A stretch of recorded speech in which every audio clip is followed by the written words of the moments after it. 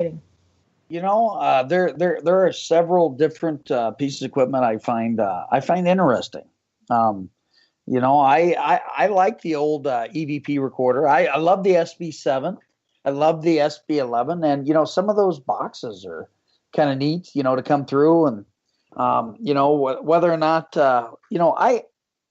I believe that if spirit wants to contact you, it's going to contact you. And I've been driving down the road, with my radio, and then my radio screws up, and then I hear my name. So it can happen with that. It's interesting. Now, how many of these pieces of equipment, like the SLS camera and all that sort of stuff, are actually factual? I can't tell you that either. Yeah, you know what I mean. It's just one of those things. But there's a lot of neat equipment out there. There is. There's a lot of it out there, and some of it, I think, it's going to take a lot of research to find out if it's actually truly a spirit that's there. And there what I find interesting too is, like, when different psychic mediums are around, and they're feeling some stuff, and then all of a sudden something comes through one of these devices that really throws you for a loop. Kind of like when I was in Hinsdale, New York, and we're upstairs, and there's this I don't know whether they call it Sam's box or whatever it is, but anyway, this thing came out right away. It said Katerina, and my daughter was with me, and I know what it was trying to do. It was trying to get me all flustered, and all that sort of stuff, because I knew there was a darker, heavier presence, on that second floor that night. And it's interesting though when you're able to have validation through some of those devices. Oh yeah, that was the last time I talked to you, was right after. Was it right after that or right before that? I think it was right before you went up there, and I talked to Brett Yabaguchi right after that. Yep. And just recently talked to Daniel Klass, and in fact, his episode of Paranormal Lockdown's coming on next week. Yeah, at the Wildwood Sanitarium. So you guys are gonna have to check that out. And here's another question for you. This one's from Gary. He asks, "Have you ever cast a demonic spirit out of a person?" Yes, and I've actually done that twice. Did it with my daughter. I would say this was back in 2012. My oldest, and I had a particularly harmful demonic spirit that was oppressing or possessing this 13-year-old girl. Up in I want to say it's over in western Iowa. Her and her mother traveled about 6 hours to see me one afternoon. And what I pulled out was not great, and it took about 3 months for me to get over that particular situation. So yeah, I believe that I have. I think that I've come face to face, folks, or been touched by this darkness that you could consider demonic probably 3 times in my life. That's scary. Very scary. I'm a little speechless on that. Mostly because I feel like demons are rare, and for you to come across 2, that's amazing. Yeah. Do you also feel like demons are rare as well? Yes, I don't believe that every dark case that everyone gets involved with is demonic. I don't know. I don't know why. These cases that present themselves end up being these darker cases with me. I suppose, that the Bible could be right when it says that, once you've been touched one time, that it's going to come back to you. You know what I mean? What is it, 100-fold or 7-fold or whatever it was? Well, there is a thing as being marked, which could be the reason why I get, touched as much as I do when we're out. Well, once I got marked, that was it, and it just draws the spirits to me, good, bad, and indifferent. And very interesting. What's interesting too is, Denise, is anytime that I get that I'm going to become involved with these type of cases, that I get visitations. I get visitations. In my home. Mhm. Sometimes in my back seat, Yep. and I know they're coming. Yeah, you know what I'm saying. Yeah, I do. Because I'm going to ask you, before you go to a location, whether you know you're going or not, do you get visits from spirits and you're sitting there going, you know that you're going, or you didn't know you were going and they're there. And when you get to that location, like when I came out to Mineral Springs, the spirits came to me and told me who was there, who I was going to be meeting. Do you have that same sort of thing? Absolutely. I have this woman named Elizabeth, dressed in a white gown, and I know you hear that a lot. The woman in white, lady in white, whatever. But she came to me. I would say about over a year ago, and what was interesting, Denise, is I met this spirit in Hinsdale, New York. So it was sometimes it's overwhelming. After you experience this spirit that shows up, and then all of a sudden you become face to face in their environment. It's crazy, but that stuff happens, absolutely.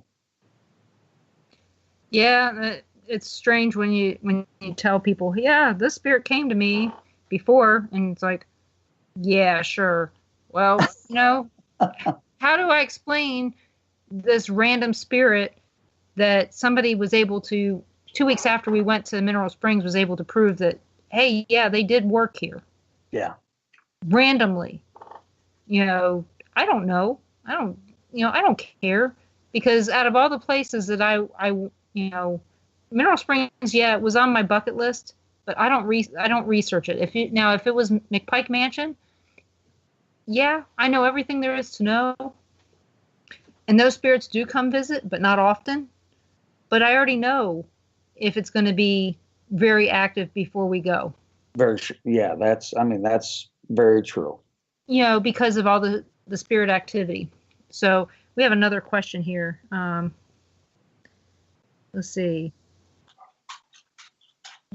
Those who can just come on them. That's not really a question. The next one is a question. Dara asked, "Are you able to do remote viewings?" Yes, and sometimes these remote viewings become rather intense, and I've had quite a few of them with Short Bus Paranormal, because I don't always I'm not always on site, at these various locations they go to, but I do my walks and things like that, and I'm able to do that, and sometimes I blow people away, but there are other times that I don't pick up much too. Kat asks, with the 13-year-old, what qualified you to exercise her?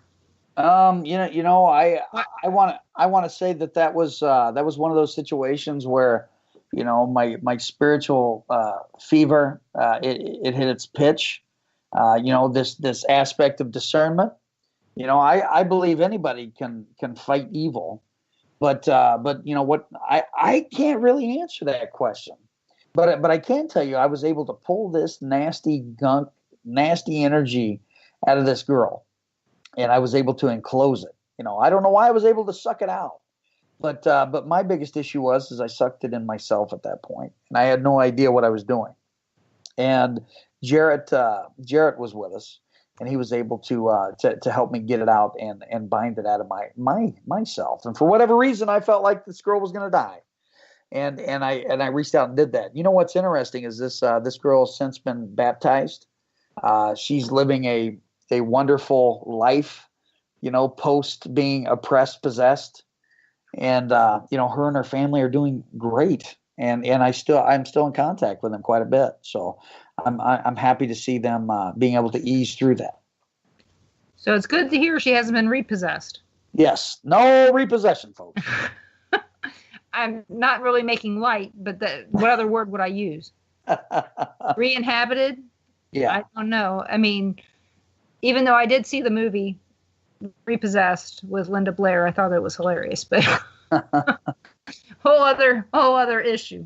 So, So, Chuck, we're coming to the end of the show. What is it that you want people to remember about Chuck Banks? Well, when I'm long gone, I want them to understand that I was just this normal guy that ended up walking a spiritual path that I had no idea that I was going to walk down. And I want to go down as a nice guy that fought the darkness, that tried to spread the light and love and prayers and healing into the world, even at times when it didn't appear that it was around. And I'll pimp myself out here, but get this book, Peering into the Void. It's a step into a spiritual sense unlike anything that I've ever written. All right, like I said, I'm looking forward to it. I can't wait to read it. Hope it gets here soon, and that way I can start seeing some light. Absolutely.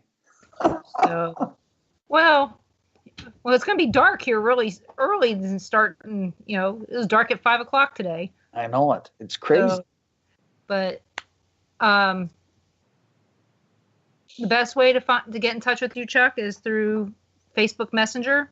Well, Facebook Messenger, Charles Anthony. You can email me at pointofascension1972@gmail.com. Twitter, I think I'm at Death the Saga or something like that. Yep, you are, because that's what I see the little hearts from on my phone. So when you like something, So check him out.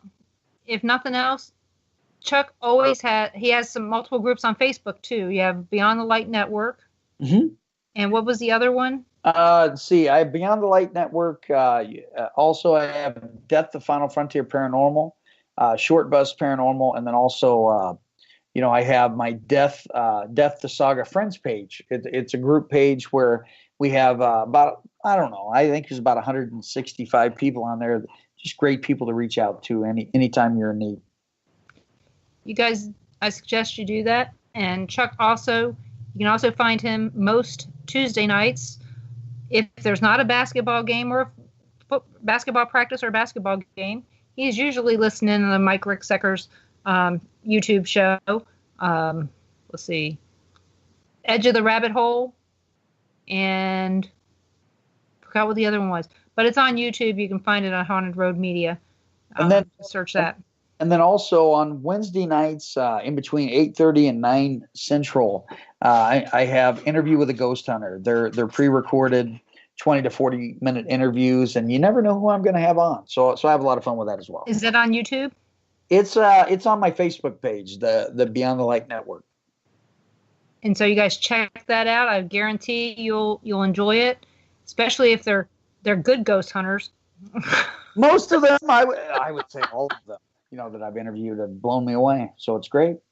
Yeah, I'm hoping that maybe you can talk to, Josh Hurd and David Glidden. Well, David Glidden's more into other things these days, but, they got a lot to share, especially with the Vidi Space thing coming on with David and Josh. So that's kind of important stuff there. Yep, I had David Glidden on episode 2, so you have to check that out if you haven't heard that one. Oh, yeah. David's been on, 4 times already, and we were fast friends. That was one of those strange things. So, guys, I'm going to thank you again, Chuck, so much. So glad to have you on. Sometimes my brain goes faster than my mouth sometimes, but I'm so glad that you got to be on again, and I look forward to having you on with your next book. So maybe I can get an exclusive, get you on before everybody else next time. Fantastic. And, we'll do that. And next week, hopefully, there's a baby and I get the day off. If there's not, I'll have my guest will be Shay Moyers. She's a medium here in Kansas City, and she did a tarot card reading on me years ago at the Kansas City Metaphysical Fair, the very, very first one I went to. So she's a very interesting lady. Hopefully, like I said, hopefully there's a baby, and if there's not, there'll be a show. So we'll find